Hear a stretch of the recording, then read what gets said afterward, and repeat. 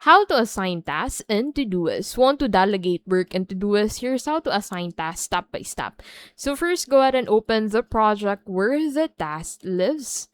And then go ahead and remember tasks must be inside a project to be assigned. Now, set the view display to board to easily assign tasks.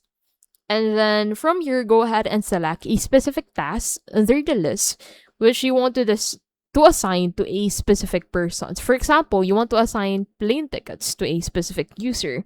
Simply click on it, and then from here, go ahead and select assign tasks.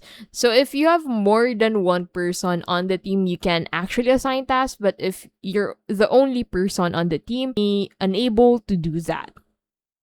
So choose a collaborator already added to the project. If they're not yet in, invite them first via share project. Confirm assignment and their avatar appears and they'll get a notification in Todoist and email. And that is how to assign tasks in Todoist.